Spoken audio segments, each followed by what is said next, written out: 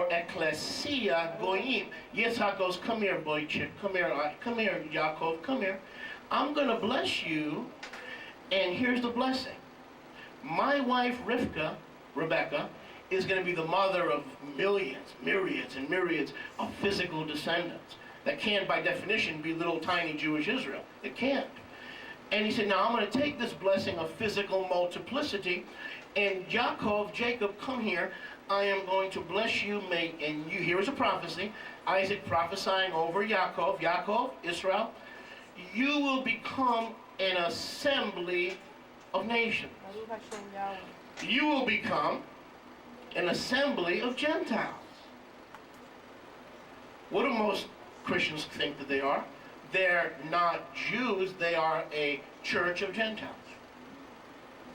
Or they are an assembly of the nations. The ecclesia of the nations. Isn't that what most Christians believe that they are? Okay, now, Yitzchak says to Yaakov, I will give you the blessing of Abraham, so you and your seed will inherit the land of your sojournings. So we see this blessing of physical multiplicity passed to Yaakov, who is told, from your seed will come a kehillah, or an assembly of nations, goyim, or Gentiles. There's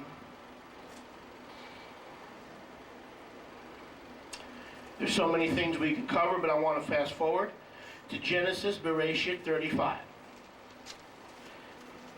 Yaakov is about to meet Yahweh Elohim, and Yahweh Elohim is going to change his name from Yaakov to Yisrael. He goes from Yaakov to Yisrael. And how does Yahweh seal this covenant with Yaakov as he sealed it with Abraham and as he sealed it with Yitzchak? How does Yahweh seal the covenant and the changing of the name? By renewing the promise of physical multiplicity. Remember, we don't learn this in that Sunday system. But all the patriarchs, Abraham, Isaac, and Jacob, were saved by believing in the promise of physical multiplicity. This is not heavenly pie in the sky stuff. This is a physical promise, a physical seed to a physical people. Make sense? Yes? Good. Now, Genesis 35:10. Elohim said to Yaakov, Jacob, your name is Yaakov. Very nice. But your name is no longer called Yaakov, but Israel is your name. So he called his name Israel. And Elohim said to him, I am El Shaddai, bear fruit and increase. Hello? What is he doing? He's renewing the Abrahamic and the Yitzchak covenant with Yaakov. Amen? Now, Baruch Hashem Yahweh. Now Elohim said to him, I am El Shaddai, bear fruit and increase. The Hebrew is pru orvu, be fruitful and increase. A nation, now watch this, notice, don't miss this now. Listen, don't miss this, listen. A nation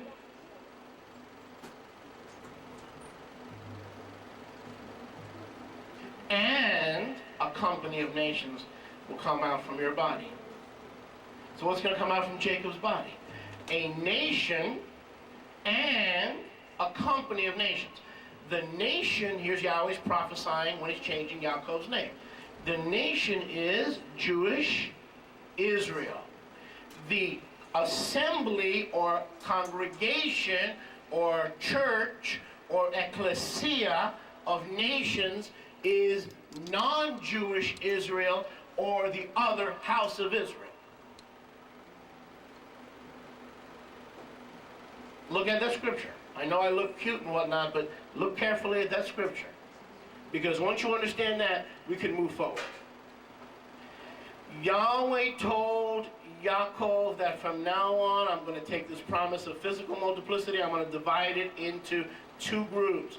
From your sperm, from your loins, from your body will come a nation and how many groups of people do we have? How many groups of people do we have? How many groups of nations do we have? Two. We have a nation and a company of nations. Can it be any simpler? So my question to you is, that the nation is Jewish Israel, where's the company of Gentiles? Where's the company of Gentiles that came directly from Jacob's body? If there's a company of Gentiles who would one day belong to the people of Yahweh and would one day claim Yahweh to be their father, where is this group of Gentiles said to come directly from Jacob's sperm? Where are they?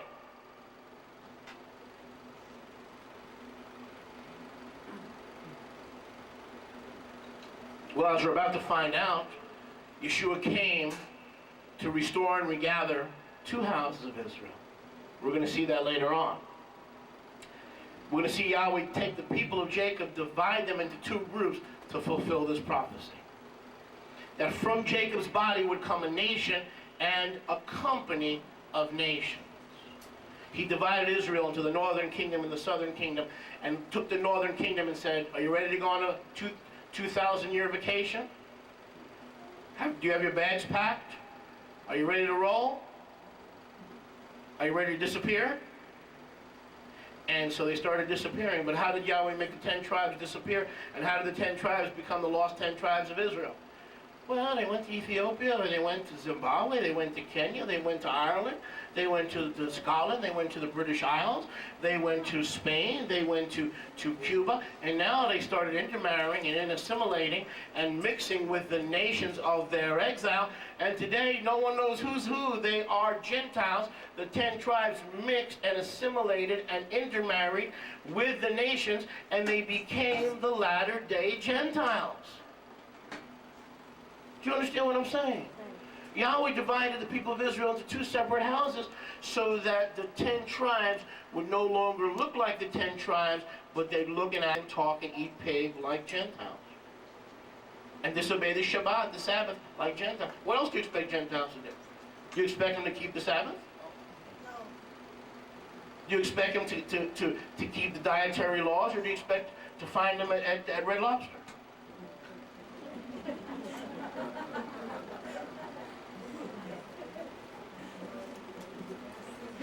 But we're so shocked to think that there's a part of Israel that's not Jewish, was never Jewish, and was never called Jewish, and they mixed with the nations. When they mix with the nations, you look at someone from the ethnics, non-Jewish ethnics, and you can't really tell if they're from the 10 tribes, and you can't really tell, and being white doesn't mean you're from the 10 tribes, being Hispanic doesn't mean you're from the 10 tribes, being black doesn't mean you're from the 10 tribes, because Yahweh said they would mix in every nation, and some Israelites would have eyes like this, mouths like this, but they are Joseph's coat of many colors.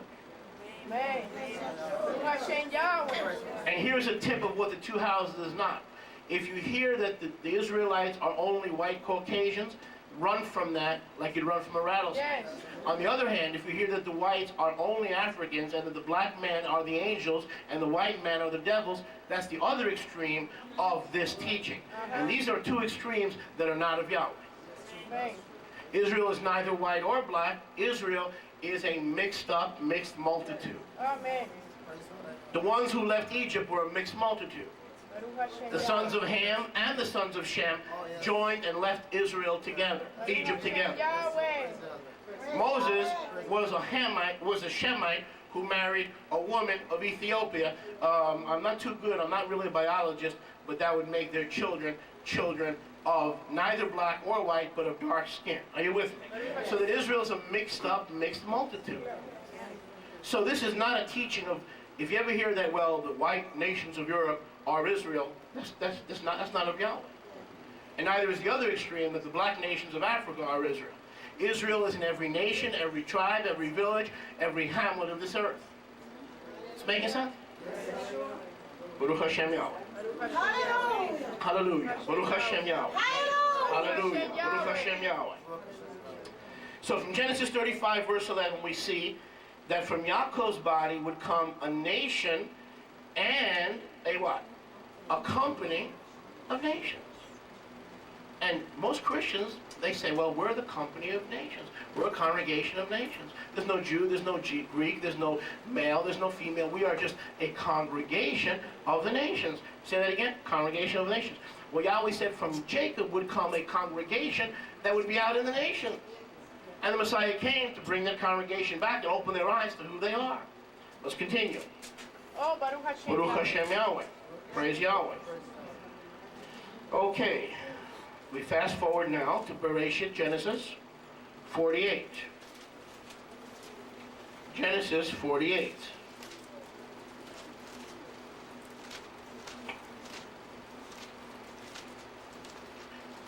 Now, Yaakov receives the blessing of physical multiplicity, and Yaakov is dying. Yaakov calls Joseph's two sons. Who were Joseph's two sons? Ephraim and Menashe. He calls Joseph's two sons and goes, I can't die yet. I've got to pass on this blessing, the one promise. How many promises are there? Just one.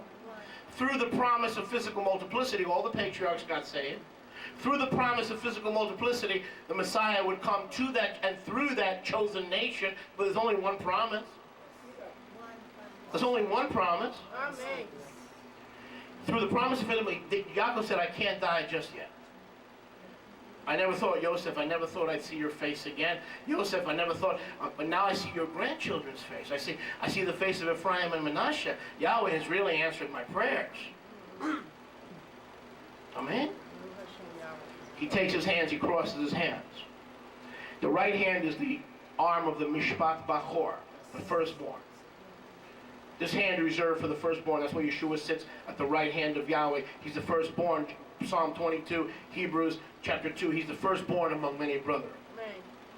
That's why he's at Yahweh's right hand. So Yaakov takes the Israelite right hand of blessing, crosses his hands, puts the right hand on the secondborn, Ephraim, not Menashe, and Yosef says, Papa, you're old, you're senile, you don't see too well, you're missing it. Right? And Yaakov says to Yosef, no, my son, I know exactly what I'm doing. I know exactly where my hand is going. I'm being led by the Ruach. And he put his right arm on Ephraim, and he said, yes, the firstborn Menashe, we will also become a great nation. But his younger brother is greater than him, and his younger brother will become a fullness of nations. Now listen, the Hebrew is Melo HaGoyim. The English is the fullness of the Gentiles. Hello. Praise him. Does that sound familiar? The only way that wouldn't be familiar is if you never read the book of Romans.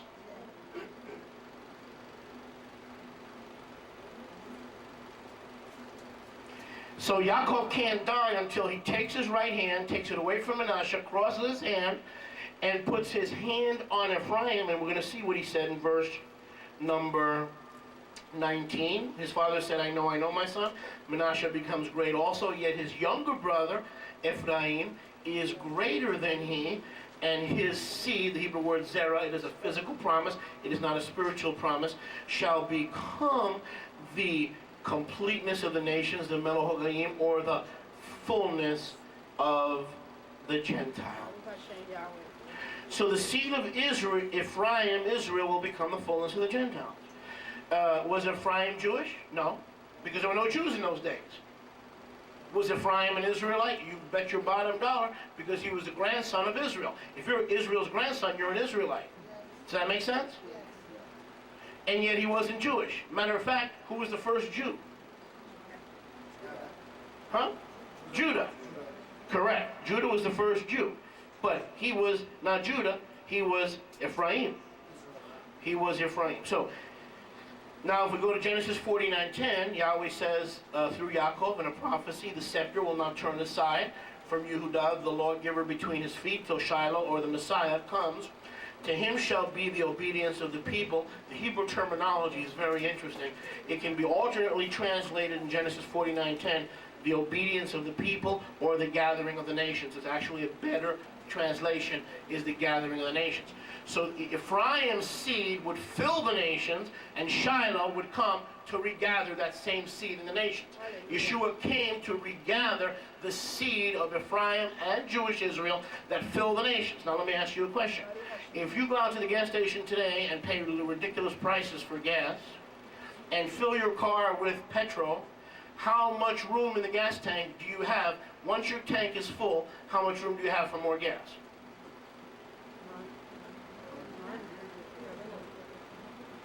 That's it. Your tank is full of gas, right? Yahweh, either Yahweh, it's not a question of who's right, is this true, is this two-house teaching and the restoration and regathering of the two houses of Israel, is this true, is this for me, is this for now? No, that's not the question. The question is, do you believe Yahweh's word? Yahweh says he would take the seed of Israel's grandson and literally fill the nations. What nation? Name a nation. China, Japan, Indonesia, Vietnam, I don't care. We look and we are a mixed multitude and we come in many shapes, sizes, and pigmentations. Run from a religion that tells you that a certain color or a certain race is the chosen one. All right? The Jewish people are not only the chosen people, they're part of the chosen people. Where's the other part of the chosen people? Now the world and the church says whether they're lost. Yeah, they're lost except to one person. Yahweh. Yahweh is the only one who knows they're not lost. That's it. Amen. Amen. Okay, now, let's see. Now, we know that the exiles of Israel were said to become the fullness of the nations. Now, we fast forward quickly, and a lot to cover, to 1 Melachim, Kings. 1 Kings, Melachim, 11. 1 Kings, 12. Make that 12. What was the tabernacle of David? The tabernacle of David was what? The king of Israel ruling over the 12 tribes of Israel. They were one nation. They were united. They were living in the land. They were the tabernacle of David. They were a united kingdom. Make sense? Okay? Good. So, now, Yahweh said, in the days of Solomon, he died and the kingdom was not removed from Solomon.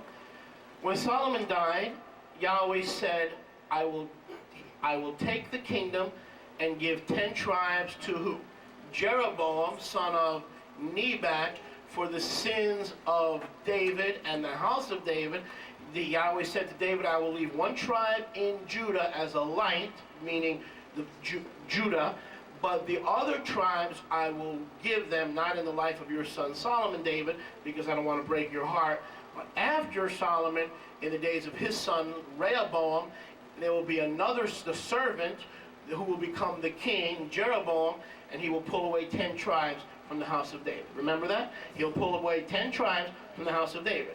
Whoa, wait a second. Now, this is division. This is a split in Israel's kingdom. But Yahweh, remember the promise of physical multiplicity. Remember how Abraham, Yitzchak, and Yaakov were saved. They were saved by believing that Yahweh would make their seed more than the sand of the sea and more than the stars of the heaven. Right? How are we saved? By believing in the blood of Yeshua and that he came to regather and restore both houses of Israel. Thank you, Father. Amen. Right? And so, now remember, Yahweh said that he would bring the promise of physical multiplicity through which one of Israel's 12 sons? Joseph. Through which one of Israel's 12 sons? Through Joseph. And through Joseph's son, Ephraim. And so, remember, Yahweh is in charge. It's history because it's his story. It's always his story. And so Yahweh allowed the house of David to be divided into the northern kingdom under what? Jeroboam, son of Nebat, and the southern kingdom under Solomon's son, Shlomo's son, Rehoboam. And so the kingdom of Israel was divided into two houses, not for the purpose of division, but for the purpose of being faithful to the promises that he made to the fathers. Make sense? Now look at 1 Kings 12. The people of Israel divided into two houses. The northern kingdom, the 10 tribes. The southern kingdom, 2 tribes plus Levi. The word of Elohim came to Shammai. Verse 23. Rehoboam said, no. This is not good. There's division. This is not good. There's divisiveness. I will take an army. I will go to the north and bring the 10 tribes back by military force. What was Rehoboam's plan? To go up north and bring the 10 tribes back by military force. To reunite the two houses of Israel by military force. Yahweh sent the prophet to Solomon's son Rehoboam and said, in verse 24, he said, Rehoboam, in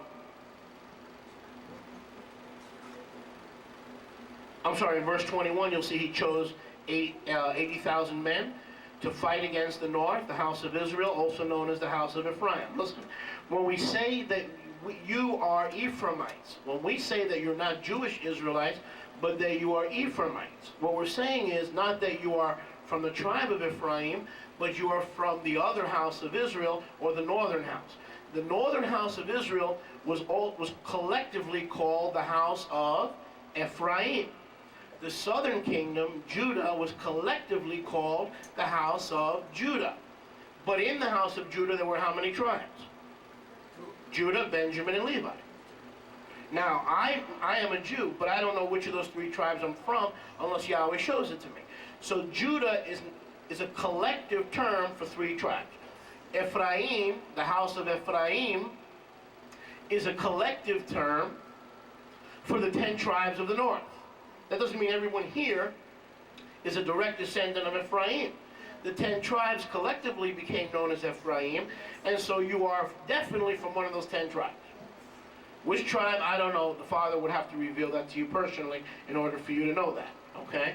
But, so when I say, you are my Ephraimite brothers, and I am your Jewish brother, it doesn't mean I'm from Benjamin, I'm from Levi, I'm from Judah. You could be from Asher, you can be from Naphtali, you could be from Zebulun, you could be from Dan. I don't know what tribe you're from, okay? So he was going to go to the north to bring back Judah Ephraim by force. And look at the word of Yahweh through the prophet. Watch this. Verse 24, 1 Kings 12:24. Thus saith Yahweh, Rehoboam, king of Judah, do not go up or fight against your brothers from the house and children of Israel. Let every man return to his house. This matter, this thing, this split, this division is from me. Right. Yahweh allowed the house of David to be divided because he had all those promises to Abraham, Isaac, Yaakov, and Ephraim that he needed to fulfill. How is he going to fulfill? How is he going to turn a few million Israelites into billions of Gentiles? He would have to divide them, send them into exile, never to be seen again, to assimilate, intermarry, mix, and become one with the nations. We'll see that in Hosea. It came to the point when the house of Israel, Ephraim, the 10 tribes, were indistinguishable from any of the nations. So when I come to you today, this is a very strange message. Some of you, your hearts have been prepared. That's okay. So we're going to have a little divine appointment. Those of you whose hearts have been prepared. But others are going to walk out of this room and saying, yeah, but man, it's hard for me to really believe and understand that I'm an Israelite. You know why? Because blindness. Your forefathers have been wandering the nations for 2,700 years. They've gone, some of them are Baptists, some of them are medicine doctors in Africa, some of them are Methodists, Lutherans. I mean, all kind of mixtures, all kind of denominations, all kind of labels, all kind of identifications. And now, 2,000 some odd years later, I'm coming, a Jewish rabbi is coming to your congregation and telling you you're an Israelite. That can't be challenging. Because my mom was a Methodist, my mom was a Reverend Most Holy Doctor. Or my father was a Reverend Most Holy Doctor, whatever. You with me? So this is like, whoa. How could no one in my family know this? Because it's a latter-day end-time revelation to the scattered sheep of Israel. And when you receive it and respond to it, you will know that you are an Israelite. Hallelujah. Baruch Hashem Yahweh. Baruch Hashem Yahweh. Baruch Hashem Yahweh. Praise Yahweh. So now look at verse 24. Yahweh said, this division is from me, so they obeyed the word and turned back. What does that mean? The army that was going north to reunite the two houses by force, Yahweh said, no, not by might, not by power, but by my Ruach, my spirit, my Ruach HaKodesh. So it's going to happen, but not by might or power, by my Ruach HaKodesh. That's why Yeshua came. So we see clearly in the first covenant, by the way, there is no Old Testament. Let's get that out of our vocabulary. Okay? When you say Old Testament, it shows that we have not had our minds yet renewed. As your minds are renewed as a member of the Commonwealth of Israel, that terminology will cease. Old Covenant means that everything to the left of Matthew is just for the Jews. But when you see yourself as the other house of Israel or Ephraim returning, you'll say that, hey, that's not just for the Jews, it's for me, so there's nothing old about it, because what Yahweh calls eternal, everlasting, forever, the church calls old. Now, you want to be like Yahweh, or do you want to be like the church?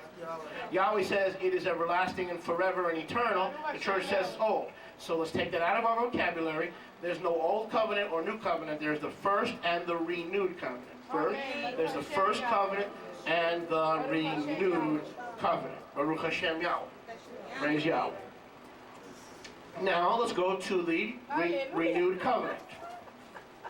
I want to take you to the renewed covenant and bring you back to the first covenant. Let's go to John, Yochanan chapter 10. John, Yochanan, the good news according to Yochanan chapter 10. In verse number 14. Yahshua says, I am the good shepherd. I know mine, and mine know me. Even as the Father knows me, and I know the Father, and I lay down my life for the sheep, other sheep I have, notice, pay attention, other sheep I have, look at me. He didn't say, well, I'm going to die, go to Golgotha, rise from the dead, and go find me some Gentiles. Does that say it? No. Well, I don't have another fold, I just got these Jews, and I want more, I want another fold, so I'm going to die and rise from the dead and go get me another fold that's made up of Gentiles. Is that what it says? No. When Yeshua is talking, is he alive or dead? Huh? He's alive. This is before at Golgotha, before he went to the tree of sacrifice. He says, whether you Jews like it, recognize it, or understand it, here's the good news. I'm not just coming for one fold. There's another fold out there in the nations. They are called the fullness of the nations. They're called the fullness of the Gentiles. They're called the seed of Ephraim, Israel. And he says, I have come for that house too. I've come for that seed too. And he goes, there's another fold that I've come to bring in. Meaning, before I die, I've got to take care of business in two folds. Now look at verse 16. Other sheep I have which are not of this fold. Meaning, he had two folds. He had sheep in a different fold. I must bring them in as well. Whether the church recognizes it, your father, your mother, your cousin, your daughter, don't let anybody stop you from believing and understanding the two-house truth. You are, if you're not Jewish, and you may be, because Jewish people come in all shapes and sizes and colors, but let's assume you're not Jewish, no problem. You are from the other house of Israel, because Yeshua's death was not for one fold of Israel, it was for two folds of Israel. And it says here in verse 16, I must bring them in as well. They shall hear my voice, and they shall become one flock and one shepherd. Hallelujah. Now, do you hear his voice? How many in this room have ever heard the voice of Yeshua? Well, that must mean you belong to one of the two folds. He said, my sheep that hear my voice are in one of these two folds. So if you're not in the Jewish fold, you must have been in the other fold that Yeshua had to come for, and had to rescue, and had to redeem. Hallelujah. Hashem Yahweh.